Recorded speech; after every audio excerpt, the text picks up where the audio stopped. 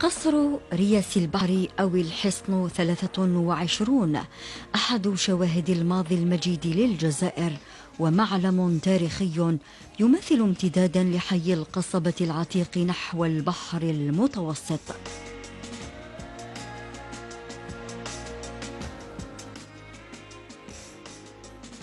ست منازل للصيادين، صباط أو بالأحرى ممر مغطى، ممر للدورية وبطارية، وهي أول ما بني في هذا المكان في سنة 1576 بأمر من رمضان باشا. ينتصب هذا الحصن المتين منذ مئات السنين لتعزيز دفاعات المدينة المنخفضة طيلة 3 قرون. يتوسط هذا القصر باحة مزينة بتفاصيل تعكس تراثنا الأصيل. نجد دي فيستيج رومان، أي آثار رومانية في الحمام الذي يوجد بقصر 17، وكذلك هناك لوحة من الفسيفساء في المبنى آي بي أو بما يعرف لا بيبليوتيك.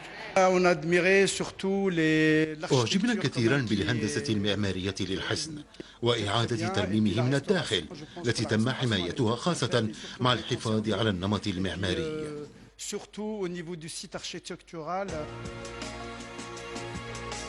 يتكون حصن رياس البحر من 3 قصور يضم مباني موريسكية، ويمثل هذا الحصن مركزا للفنون والثقافة.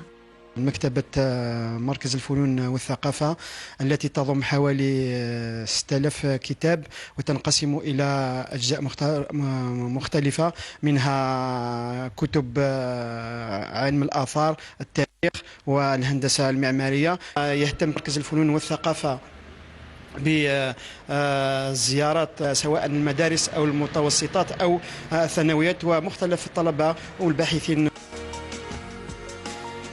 قصر رياس البحر تحفة فنية وقيمة تاريخية لا تقدر بثمن، سجلته المنظمة الأممية للثقافة والفنون اليونسكو منذ 1990 كتراث مادي